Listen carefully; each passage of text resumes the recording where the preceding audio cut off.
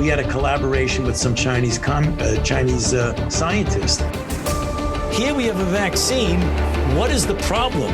Get over it. What we are very proud of now is that we penetrate the cabinets. Seriously, I'm making a serious point. I don't know what half of them are protesting against. We still got Fauci walking around free. The man should be in irons in the darkest pit. As much as he touts that he cares about it, he doesn't. This is our revolution. It's not theirs. Don't let them take it from you. Don't let them convince you that it's their revolution when in fact it's not. It's ours. And we will have it. It is Wednesday, the 11th day of January, the year of our Lord 2023. I am Johnny Anderson alongside two very special guests from cuttingthroughthematrix.com, Weston and Melissa. Happy New Year to the both of you. How was your holiday? Happy New Year. Mine was nice, sped along, relaxing. I cooked a lot, baked. It was fun. Well, that's good. Weston, how was your holiday? Happy New Year. Yeah, mine was really, I really liked the break in. I got to see my family, got to eat lots of delicious food, and I got to walk around my hometown and revisit some things that I hadn't. So it was nice. Well, that's good. Happy to get back to the podcasting grind. Yes. Happy to get back into the topics of the day. Yeah. Okay, I tell you what. Let's start with this. We were discussing this a little bit in prep. Apart from the hour-long conversation that we had, that was it was interesting. But we talked very briefly about the issue that took place on Monday Night Football. We've had everybody else weigh in on it, and since you guys are now back after the first of the year, I thought that we would discuss that a little bit. What were your reactions to that? I guess the propaganda around it is it's just horrendous. But the way that they're trying to spin it and the way that they're trying to control the narrative is it's quite telling, isn't it? It really is. I mean, I didn't follow it too closely because it's one of those stories that, you know, as soon as it happens, that it's going to be a huge story. And what you could see at the very beginning is that we weren't really going to be allowed to say what we thought without, they were going to slap a label on you that you were, whatever. And when anything happens like that in the public eye, the very first thing is it's a terrible thing to see. It's a terrible thing to see someone go down like that, and then you don't know if they're going to live, and you've got sports fans everywhere praying before all the games, the family, and one would feel for the family and so forth. But the thing that really struck me is that this heart attacks are something that you can test, you can do blood tests, you can do all kinds of imaging and scans, and you can see very quickly what happened, what kind of damage has occurred, what got released into the bloodstream. This is not new science. And for days, we were just told, we don't know. It could be this weird thing where when the stars align in just the right place, and then there's a impact with a small force, you can just drop, But what they did know right off the bat, and they knew it very emphatically and clearly, and would brook no conversation about it, was that it had nothing to do with a vaccine. And that it's just awful when you live in a world in which you can't question, you can't ask logical questions. And she made a lot of similar points in her Not Sure piece that she posted Sunday, January 8th. I think I titled the piece, Rare Blunt Trauma from a Flying Dictionary of Acronyms. That's right. Yeah. That's interesting. I guess I hadn't looked at it like that. That's quite interesting. I'll have to toddle on over and check that out. I was combining a couple of things I was thinking about, but yeah, for sure. Tell you what, they float some doozies out there that we're supposed to accept. They do, and I saw there was a clip of Fauci, even though he's retired now. Retired, I say that very loosely. Of course, he's going to get a book deal for tens of millions of untold dollars. But he was on, reward for a job well done, I guess. He was on CBS, I think, and he was basically saying, "Oh well, this is not even a remote possibility. If it is a possibility involving an mRNA mRNA vaccine is very, very slim chance. I mean, almost nothing. The bigger problem that people have is we're seeing the larger spikes in myocarditis and cardiac-related issues from people that have recovered from COVID. This is... Yeah. This is this is what they're running as interference. But yeah, I replayed the hit for you, and quite frankly, like I said, I've seen some hits. I mean, I've seen some American football players take some hits. I used to work with a couple of former NFL players. These are no small guys, and they weren't even like first string people. They were in like, the second or third string starting out in the NFL, and these guys were monsters. Now, if you think about the hit that this guy took on the field, think about how many times they get hit in practice, right? And they practice pretty much every day, right? So these guys are designed to take these hits. And I heard the statistic yesterday. Do you care to hazard a guess as to how many tackles in total since the NFL's inception, how many tackles there have been in the NFL total since the game started? Because they track all those statistics every season. So do you care to hazard a guess how many tackles they've had in the entire existence of NFL football in America? We in the billions? No, it's not quite that high. No. Millions? We are in the millions, yes. It's 1.7 million tackles since the NFL's. I would have thought it would have been even more than that. I mean, seriously. Yeah. Uh-huh. I would have thought higher too. Yeah, I would have thought higher too. But 1.7 million tackles. And do you care to hazard a guess how many times this has been the outcome of any of those tackles? I'll hazard a guess. None. With the exception of this particular incident, this is the only time it's ever happened. Yes. So you have a better chance of getting struck by lightning. Bruce ran the statistics yesterday. It's literally, you can't even say it's a 1 in a million shot. It's a 1 in 1.7 million shot of this happening.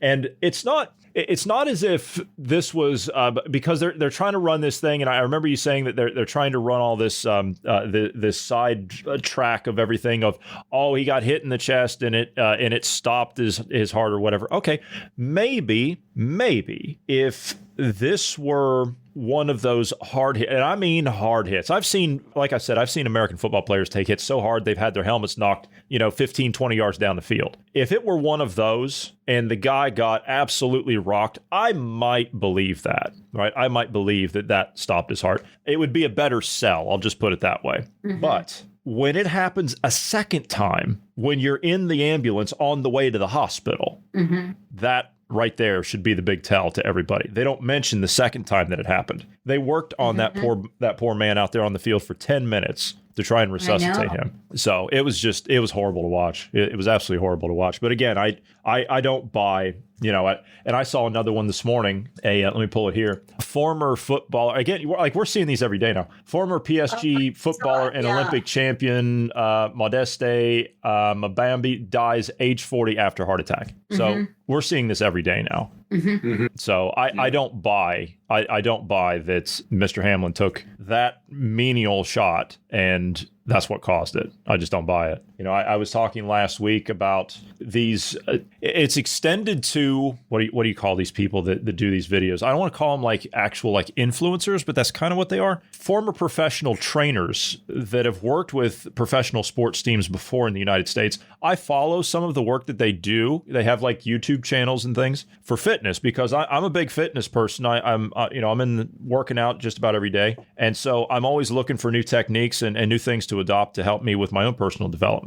And so I'll go and I'll check out some plans that these professional sports trainers actually put together for their clients. I mean, what better place to go, right? If I'm looking for a meal plan or a workout plan or something, and I'm seeing a lot of them explain it away the same way. And I can tell that when they're explaining this stuff, that they're not being honest. I can tell that they're being deceptive in just the way that they're explaining it because not even they believe what they're saying. How's it going to look when this continues to happen over and over and over and over again to players that don't take any hits? What's going to happen now when you've got that, like the NFL, their assets are their players. It's not going to look good when you got players out there dying on the field. That's not going to sell too many tickets. Right. Yeah. But yeah, again, I've got some more. This is from Canada over the weekend. This is from CTV. You spent a lot of time in Canada, have you not, Melissa? You have, yes? Yes. CTV is that's their mainstream media up there. Yes, that's their. Yes. Yeah. Yeah. This is one of their young reporters over the weekend. And as you can see, what I'm about to play here, she is giving a report here. And I will turn the audio on here for just a second so you can hear what she's saying. All right, so Jessica, how do families of the victims feel about this progress that has come just a week before the third anniversary?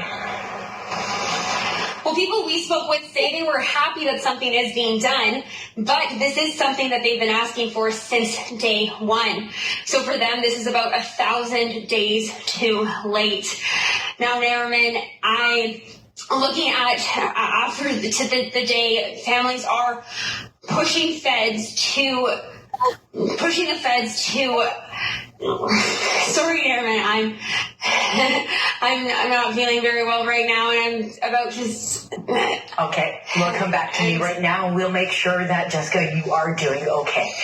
Thank you. We will make sure that Jessica. And she basically falls down right off the you can see the that thing. she's wobbling. But like I said, this is going to become like the new thing. I mean, it's like this is happening. The Europeans. I was reading over the over last week. We've got 769 professional athletes in Europe that have had to retire from the competition, or they've had to retire completely from their sport because of cardiac issues in a year, in 12 months. And we're not supposed to pay attention to what happened to Mr. Hamlin as anything other than just sheer chance. And this poor young lady here. I don't know that. I mean, that footage reminded me, I'm not sure who compiled it, but a couple of weeks ago, I saw newscasters. This particular compilation was just newscasters who had passed out, dropped. Many of them on this list actually died. They had a cardiac event. They had a stroke. They died. Some of them were just, temporarily disabled. There's a doctor in Canada, I can't remember his first name, it might be William, but Dr. Macus he's been compiling lists of most of them are young doctors, but doctors who have passed away suddenly. He's also begun tracking young children. One of the things that Canada has been experiencing are a fair amount of deaths of young children from the flu. That is very unusual for children to die of the flu. But he's making some connections, and of course, nobody's happy about it. One of the connections, there was a young girl who was in a hockey club for 7-year-olds and younger. And it was a requirement of this club that they all be vaccinated. And she did have that vaccine. So we don't know. All we're doing is making connections here, right? We're told she died of the flu, but she did have a heart attack at the age of 6. That doesn't happen. No. But it evidently it does now. And I mean, the stories, they become too many and coming at you too quickly to keep track of. But you have to have some kind of an awareness of what's going on, because this is very tragic, very serious fallout, but it's very tragic. And one of the stories that I saw over the holiday, I just happened, it caught my eye that a woman said a woman was arrested because she had endangered the lives of her 2 young children. And those are not normally the kind of stories that I look at all. But for some reason, there was something about the way the headline was worded. It just grabbed me. I read the story. She was the wife of a major network newscaster. I want to say NBC, but it doesn't really matter. And they had been obviously visiting family in an area, and they were staying at a hotel. And what happened was he had a cardiac event in the hotel, and the 2 small children were with them, and they were young. I would say that one was toddler, 2 or 3. The other one was old enough. In a case of an emergency, you ought to have a 5 or 6-year-old who can keep their wits about them for a brief amount of time. But it isn't an infant any longer. What she had done on the way as she's with her husband who's having this event, she called her mother and a good friend and said, my husband, they would have known him by his name, whatever, he's having a heart attack. I'm on my way to the hospital. You've got to get over to the hotel and look after the children. Both her mother and the friend showed up at the hotel and asked for the keys to the room because, of course, they couldn't get in. The hotel did not supply the key, but called the police. And so when the woman who subsequently lost her husband, he died at the age, I want to say 40, young, heart attack. She was then arrested for endangering the lives of her children. Now, it's a human interest story, but behind that human interest is a very tragic thing that happened. And you, me, those of us who ask questions, we're not allowed to ask them. That we are spreading misinformation, we're hateful, we're conspiracy theorists, and this is not going to stop. There's a guy on Substack, he's a millionaire, and I don't remember what it was that he did that made his money, but his name is Steve Kirsch. And in his wealth, he's kind of devoted his time and energy to pursuing a line of questioning. And the line of questioning that he is on is what's in these vaccines, what's going on, what's the fallout. And he puts up a lot of interesting things on his Substack, but he keeps trying to get people to debate him. I'm going to go to the CDC. I'm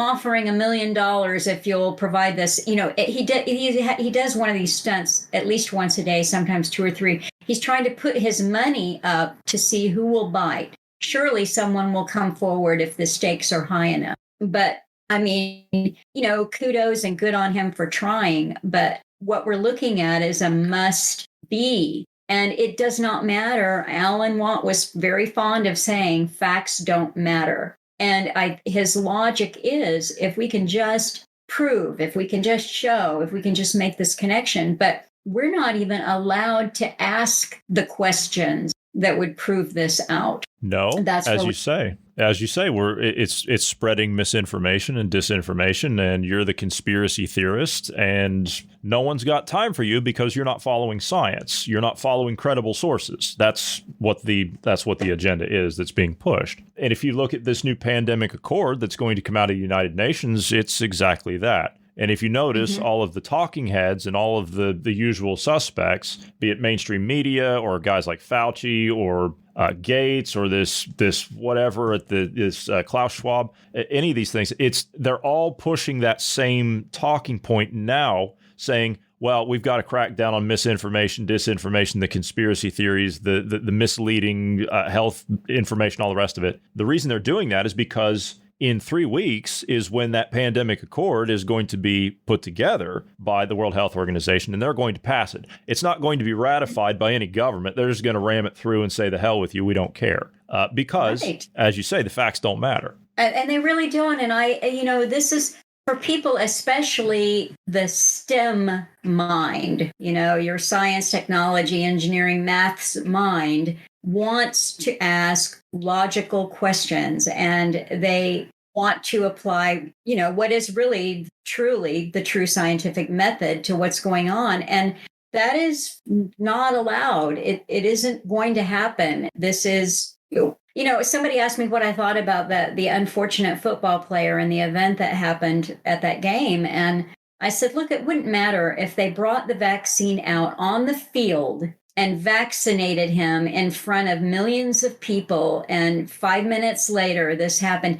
There would be no correlation. And to say that there might be puts you in the camp of people who need to be silenced. You're absolutely right. And with that being said, with all of this, and I've got, like I said, I've got more of this video. I'm not going to go through it all here because there's just so much of it. But I've got some more. This was at a high school over the weekend. A 16-year-old high school student collapsed on the court for reasons unknown, and obviously the kid's laying there clutching his chest. So there's something wrong. But yeah, this is an everyday occurrence. You're familiar with foosball? I am, yes. I saw a little meme the other day that, would be funny if it wasn't so sad, but it was Pfizer's foosball, and it was just a visual. It showed the foosball with the players, down in various positions of obvious discomfort, either, knees up,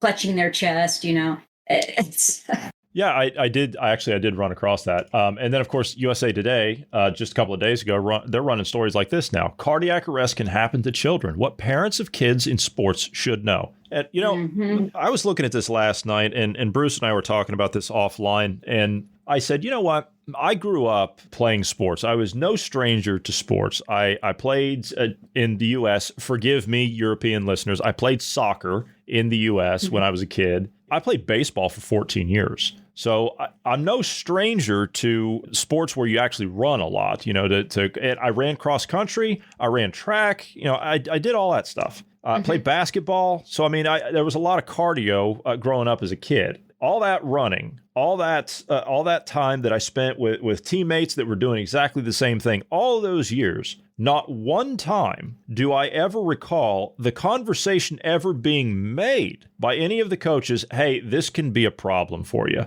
This can cause this if we push you too hard. And we were practicing sometimes, 2-3 times a week. And none of that was ever an issue. And I don't recall ever seeing kids suffer from any kind of a cardiac issue. Now, I use the example of when I was, just to give you an idea of how much stress you put your body under when you're playing that kind of sport. Now, baseball is, for those that are unfamiliar, baseball is not a contact sport, but there is a lot of running in baseball, and it's a lot of sudden movements. I had a big issue going from second to third when I was stealing a base. First base to second base, I had a good working relationship with my first base coach, was never a problem. Second base to third base, I had a problem because I was too concerned about the snap throw from the catcher from home plate down to third. It was easier for him to pick off the runner down at third than it is for him to pick off a runner at second. So it screwed with my mind. So I had to get past that. And I had to be able to put my trust in the coach on third base to tell me when he thought it was safe for me to go and when it wasn't. If you take that, right, if you look at the distance between second base and third base, about 30 feet. So if you look at that and you're looking at the leadoff that you take, when you decide that you're going to steal that base, you've got to be on your high horse. You've got to be going as fast as you can possibly go, pushing your body to the absolute limit to where it's going to hurt if you get it wrong. And so you've got to be on point. Do you know how many times I had to make that move in practice 2 or 3 times a week, 20 or 30 each session? I never had any cardiac issues. I don't recall ever having any kind of even shortness of breath or anything. I don't recall any of the other guys having anything like that at all. And we had some guys that played on our team. They were asthmatic. So if anything, they're going to have serious breathing problems. Their cardiac system, their cardiovascular system is going to be under even more pressure than somebody that doesn't have any issues. And they never had any problems. So now all of a sudden, this is normal? It's the new normal. I'd say so. Yeah. But you're right. Going back a few minutes ago, you were talking about, the owners of teams, what is going to happen because their assets are dropping. It is a huge question. I mean, I know that we are in a transitional phase. We are going all the way into a different way of living. The fourth industrial revolution. Yeah. I mean, I guess I hazard the guess that there won't be these kinds of sporting events. That is an interesting concept. I remember when COVID started, I saw, they shut down all the sports. There weren't any games for quite some time. They closed all that stuff down. And I remember people that were they were saying, oh, just bring the game back. Just put the game back on. When I saw the sports teams, the professional sports teams, whether it was professional baseball, I mean, I followed, like I said, I played baseball for a good portion of my life. So yeah, naturally, I'm going to be a fan of the game. Not necessarily any team really, but the actual gameplay itself. And when I saw all of the professional level players and on down, obviously when they do it, they're going to work their way down through like the college level and the high school level and everything else. But when I saw the professional leagues, the NFL, the Major League Baseball, and all the European soccer clubs, football clubs, all of them did the same thing with jab mandates. If you're going to play, if you want to compete, then this is what you've got to do. There was a big controversy with the world's #1 tennis player, Novak Djokovic. Yes. Yeah, because it is terrible. It is terrible. And they put it on the tennis players as well. And these are like these are the world's top athletes. I mean, sometimes you're out there on the court in blazing heat for, I don't know, I think one of the longest matches I've ever seen was like 11 hours or something. Now, I'm sure there's probably longer ones, but the competition that Major League Tennis had, I believe it was in Florida about 6 months ago, 17 of the professional tennis players couldn't finish their matches. They had to retire.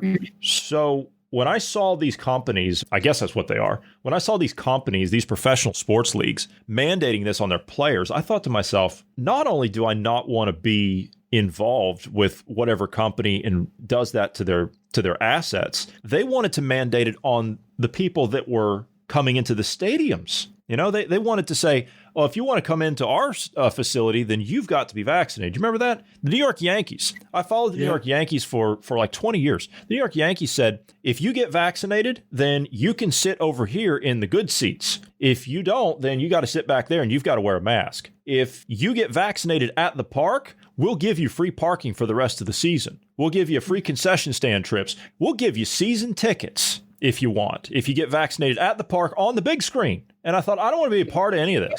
There were so many of those stunts going on. Well, remember that you're looking at bread and circuses. So in the transitional phase, you cannot have people starving. They have to be fed, and now we're starting to see creeping inflation prices. Someone quoted me a statistic here in the United States that produce, this was all produce, but whatever had an inflation of 80% just in the last 6 months here. But the circuses part of it, this is the gladiators. This is throwing Christians to the lions or whatever. It's entertainment. And that's what's, you can get excited about a sporting event, and a lot of us have enjoyed participating in one way or another in them, but it's the circus, it's entertainment. And I think we're reaching the point where that isn't so important anymore. They're kind of wrapping things up, and they don't need to feed us so well. And they, unless you like crickets and grasshoppers and you're gonna eat bugs. Yeah, I love that. But it's the same thing. We're asking the question: why would these corporations, let their assets be treated in this way, and want their fans, to be subjected to the same? Well, because they know what the agenda is. It's the same thing as we were talking about off air before we started, the idea of the ESG. That, corporations are no longer concerned about the bottom line. Really? So their shareholders aren't concerned about the bottom line. That's interesting. So all of a sudden, these big, huge corporations have gotten just incredibly altruistic and earth worshiping, and they're driven, by something other than the bottom line. Well, no, they're not. It's an agenda. So everything will then be green, environmentally sustainable. We're marching into this at a pretty quick clip now. Because the people who own the government, who have all the money, they decided that this is how companies need to behave. And so they're basically saying, you're going to be regulated out of existence, like the, coal and the gas and so on. You have to be stopped because it's not sustainable, fossil fuels. And so basically, since there's only a handful of people who actually run the money system, who own the governments, they can make the corporations, comply if they want to make money, basically. Otherwise, they'll be punished. Yeah, and I'm sure that you've looked into this a little bit, but when you do start to look into the ESGs and big companies, like, I'll just pick some out, and I have no facts to back it up with at the moment, but it doesn't really matter which company, whether it's Shell or Mobil or Exxon or whatever, you're going to find when you open up their portfolio and their business plan that they have an awful lot of their resources invested in sustainables, because that is the future. And they got the heads up at Davos 15 years ago. They know that they're going to have an income that's based on something other than drilling or fracking or whatever, Yeah. And I wholeheartedly concur with you about corporations. Now, all of a sudden, they're not going to care about their bottom line. Corporations care about two things. That's their public image and their bottom line. They don't care about anything else. They really don't. And all ESGs are, is the public image. Exactly. That's it. Yeah, and as I was telling you in prep, I said companies, as long as they're focused on image, that's all they're focused on. They want to be able to say, we've got this many people in this position that have this qualification, and that's it. They don't care. They always will have charitable things that they claim that they'll spend so much money on charity, spend so much money giving back to the community. That's another thing that corporations really care, for their image. They do that, but of course, how much are they actually giving to the community and so on? I mean, really, like you look at something like Walmart. Like I think Melissa had posted an article. It was a few months ago now, talking about the towns in Arkansas where I think Walmart has its headquarters. That's where the Walton family or the Walmart people come from, and they they have been giving back. They have a museum, and they have parks and things that and artwork and so on, and architecture, fancy places that they've built there. But the working people can't enjoy any of that, Mm-hmm. So again, but they do charities for sake of public image. They always make sure and you can give to so much to charity, at various places, if you want to give $1 or remaining amount of change if you're paying with cash or something. Charity. They always have these, because they're all, they're supposed to be getting back to communities. Another public image they do just as much. Yeah, and then with the ESGs, it is that same thing, except now it is supposedly a whole new way of doing business, and it's image, and you'll have somebody like a Greta Thunberg or someone else will say, "Oh, you're not really doing sound environmental practice. You're just greenwashing us, And then, of course, nobody wants to be accused of greenwashing. So, no, we're really serious. We're very committed to the environment. And it's theater. It's just a new kind of theater. So I wanted to play this clip. We talk, when you guys come on, we talk about the work of the late, great Alan Watt. And I wanted to play this clip. And I'm sure this is something that you guys have on your website. And I encourage people to go over there and check this out. This is from the documentary film, Understanding the Control. And we're talking here about centralized control and where all of this agenda is being pushed from. And Alan talked many times, not just in what I'm about to play, but he talked many times in how they're looking to centralize things and how all of this is going to come from a top-down authoritarian push from the United Nations. And this is, we've been warning about this for years. And with this pandemic accord, this pandemic, whatever it is that they're trying to put together, this is all being done. That's the medical arm of the United Nations. This is one of the tools that they're going to use in order to try and facilitate this authoritarian push. But he also talks about all of the other things. You were talking, Melissa, about inflation, about the price of produce that has gone up. And that's another crisis, isn't it? It's an economic crisis. Yeah. It's inflation. So we've got a problem with inflation. We've got a problem with a pandemic, right? I'm doing the air quotes, pandemic. That's another crisis. We've got a problem with energy, right? We got a problem with energy. Right. So that's another crisis. We've got a problem with terrorism. That's another crisis. We got a problem with climate change. That's another crisis. We've got a problem with, I don't know, just pick whatever. I'm sure they'll make it a crisis if it isn't one. But he talked about how you can only handle so many of these things at a time. And if you are overloaded with at least 4, at a minimum of 4, if you're overloaded, and that's actually considered a lot. If you got 4 things that you're overloaded with, that you're constantly bombarded with, that you can't fix, the problem, as he mentions, it's always the same. It's a problem you can't fix. It's not a problem that you can solve, but it's only them, the expert class. You go into a deep depression. Yes. What numbers are we seeing? It's like the numbers of depression and anxiety are off the charts. I'm sorry, go ahead. Yeah. Well, it's funny that you mention that because I was packing up a few things that were very fragile this morning, and I was using old newspaper that was from probably late 2020 to wrap around these things. And one of the headlines that grabbed my attention as I was wrapping up a fragile thing was that the depression and anxiety that people were suffering during COVID. And they, went on to cite these statistics. And I thought, it's disgusting because it's you have all these manufactured events for a purpose that most people have no idea why these things are happening, and they're buying the official story that it's just occurring. And then they come out and tell you all of the things that you can do to prop up your mental health. Oh, we're here to help you, and we're going to run this series on how to combat depression and anxiety. And it reminded me of something that I saw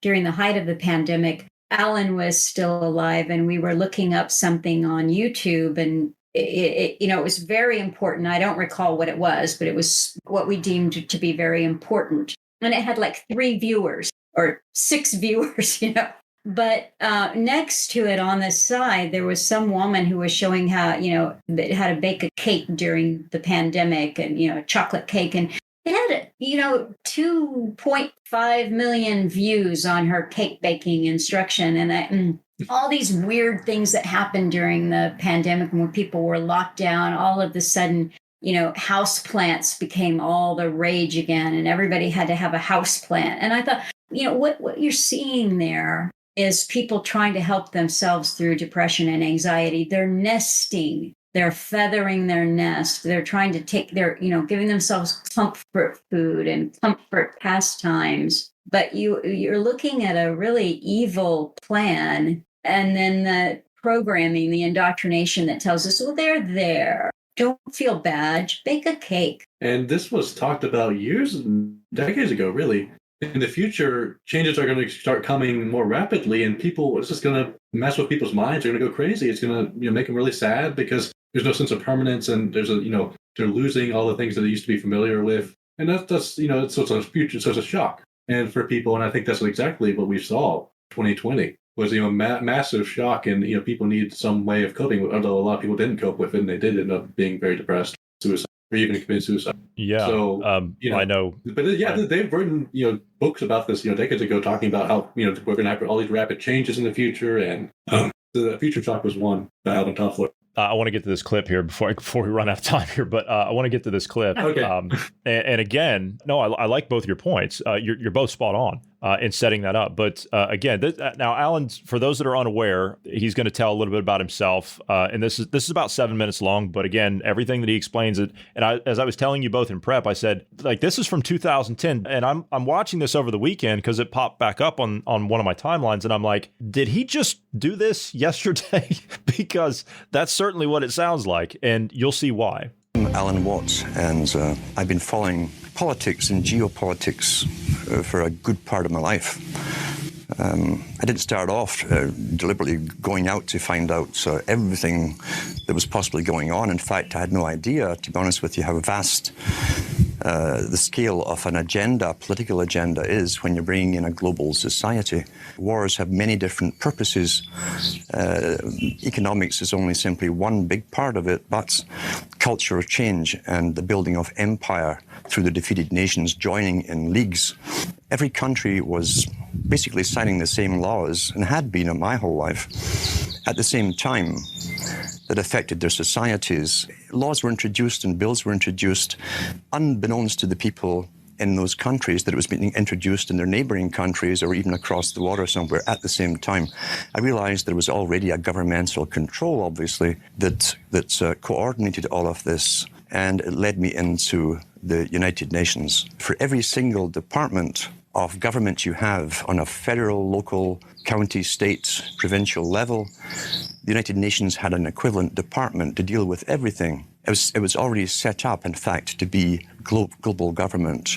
H.G. Wells said at the League of Nations, which was the embryo for the United Nations, he said, this is the nucleus of the world governments, when eventually all laws will come from there, be passed and signed into law by treaty of all the member countries. Eventually, we won't even have to go through the farce, and that's what it is, of voting in parties or candidates, because in the latter part of the 20th century and now into the 21st century, we're being trained, rather obviously, to simply accept rule by experts, rule by scientists, rule by professionals, and that's what they mean when they call governance.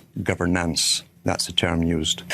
How do you get a domesticated herd to move from a field, a system in which it's been grazing for 20, 50 years, this kind of system, to this field over here, this new field, because we have reluctance to change. We like familiarity. We like routine, you see.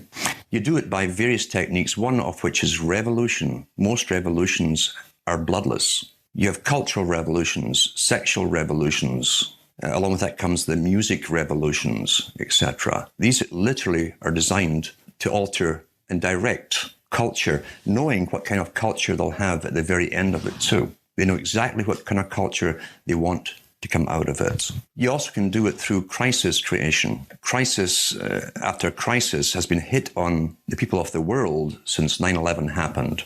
And we must understand that the techniques that are used abroad are also used at home in warfare. And we heard the term shock and awe. Shock and awe on the hard force level, as they call it, is bombs, all kinds of acoustic equipment to nullify enemies, scare the hell out of them through voice to skull and so on, which was used in Gulf War I, and it's all over the British media. But you can also use shock and awe on your domestic people again. You do it by crisis after crisis until the public are so terrified. See, the average person has a sort of confidence that they build up where they think, I can manage most things that come my way. Whatever little crisis in my life, what happens to other people, I can deal with. When all those around you are getting scared at the same time as you because they're losing their jobs, they've been threatened with pandemics, terrorists everywhere, terrifying people to even get on subways, and so on. And all those around you, as I say, are also in the same boats. You tend to be more easily directed by the powers that be that come out and speak with authority and confidence over you. That's why they give you a guy like Obama, who's trained in oratory. He was trained in oratory, not in truth, but in oratory, the technique of persuasion. Shock and awe, as I say, is a technique of making a person and a whole population punch drunk. And each one of those fears, you understand, the average person can handle one major crisis in their personal life, maybe two at the same time. It's understood in psychology and many, many studies that if you have maybe 3 to 4 crises hitting you personally in your life at the same time, you will literally go into an incredible depression, a reactive depression. You can't cope. That's understood. Apply that technique on a whole population. The thing is, there's not one of these crises that we're being told about that you personally can do anything about. What can you do about terrorism if it really exists all over the place? It's out of your hands. You're helpless. What can you do about a coming pandemic? It's out of your hands. You're helpless. What can you do about a nuke getting set off in New York Harbor or wherever? You can't. You're helpless. The message you're getting is that you're utterly helpless to defend, help, or save yourself. That is complete shock and awe tactic that's been used not only in the US and Canada, but across the world. Same strategy, because we're already global with the global society running us all. Massive psychology and warfare techniques in psychology has been used across the planet to make us succumb to fear and crises, as I say, and none of which we can actually do anything about on an individual level. Therefore, the leaders are presented to us on screen with uniforms or business suits and ties as politicians who speak with confidence, all scripted, of course, and they seem to have everything under control. You're now basically a fearful slave looking up to the powerful master to defend and protect you. That's the simple technique of it. As I said, did he make that recording last week or something? Because he hit it out of the park. Yeah, he did, but I think he always did. First of all, I'll just say that people will not find that video on the website. That was done by a team that came up to. We never posted it there. There's copyright and everything, but many people have done excerpts. That was an excerpt of a longer interview, and it's all over the internet, so you can find it easily. But he continuously knocked it out of the park. He was so prescient, but he liked to remind folks that it wasn't a crystal ball. It was just years of studying the agenda, so you knew what they were going to do, how they would roll it out. But he got it so right. I mentioned to you when we were off air that the Christmas talk of 2008, we replayed on Christmas this past Christmas, and it's just so weird. It's uncanny how everything that he said it could just be Christmas 2022. Same thing for what went up on Sunday was a talk from 2015. Even the articles that he read, well, certainly with the way that he analyzed them, it just felt fresh. Yes, he's reading about what? Climate change, sustainability, carbon credits, because it's an agenda that's just marching relentlessly. It is. But and, the way that he said that they already know of the culture that they want on the other side of it. They already know what's going to come out on the other side of it. Mm-hmm. I'm looking at everything with the ESGs. I'm looking at the climate change agenda, these carbon credits, and like this food crisis that they're engineering. Like they're just, our supply chains have been annihilated. I don't even, our international supply chains are just, they're beyond repair at this point. We're going to have to completely tear them down and rebuild them, but we need to do it on our terms, not theirs. That's a side issue. I think that's another topic for another day. But apart from like with what they want to do with everything that they're destroying, and as Alan said, and it's the same as nearest I can tell on every agenda, they know exactly what they want to happen on the other side. I see nothing on the other side of this. If you're looking at the agenda coming out of like the World Economic Forum with Klaus Schwab and his type, that's not a culture at all. That's just hell.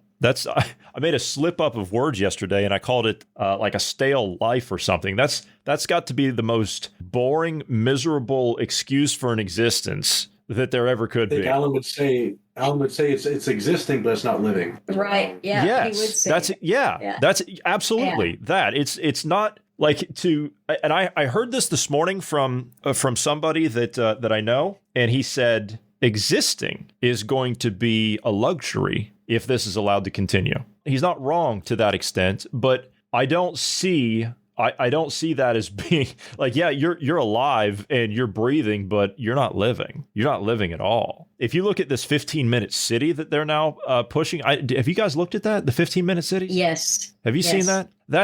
That's literally, we're building a prison for you.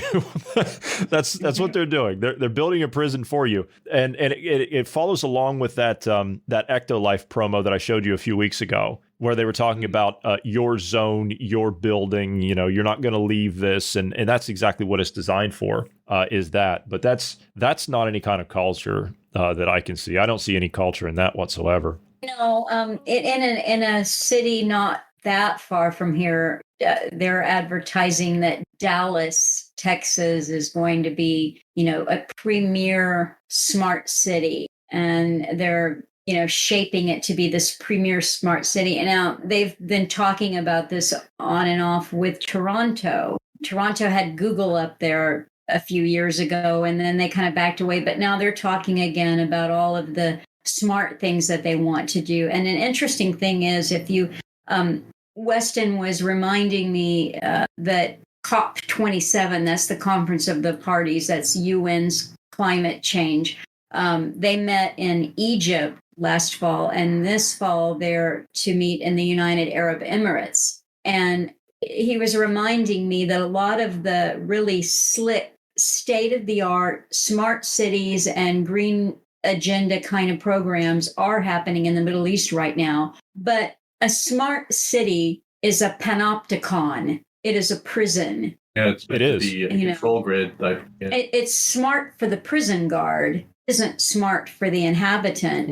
The smart has a double meaning. It's you can have like smart as in high intelligence. You get as in like it's smart, so it hurts and burns. It's true. With a towel or a pick or something, and you feel that. Yeah. And we haven't talked about. We haven't talked about the project that the Saudis are going to be working on. Have you heard of the Line City? Yes. Yeah. Mm-hmm. So that's another thing. And as we're watching promos for that, apparently the whole population of Saudi Arabia is going to be capable of living inside of this Line City. And I'm thinking like 11 million people in something that's like 200 and something miles long. I don't think so. I don't think so. You're going to build some plastic, some plastic mirror out in the middle of the desert somewhere. and it's going to be self-sustaining, and that's going to be a wonderful paradise.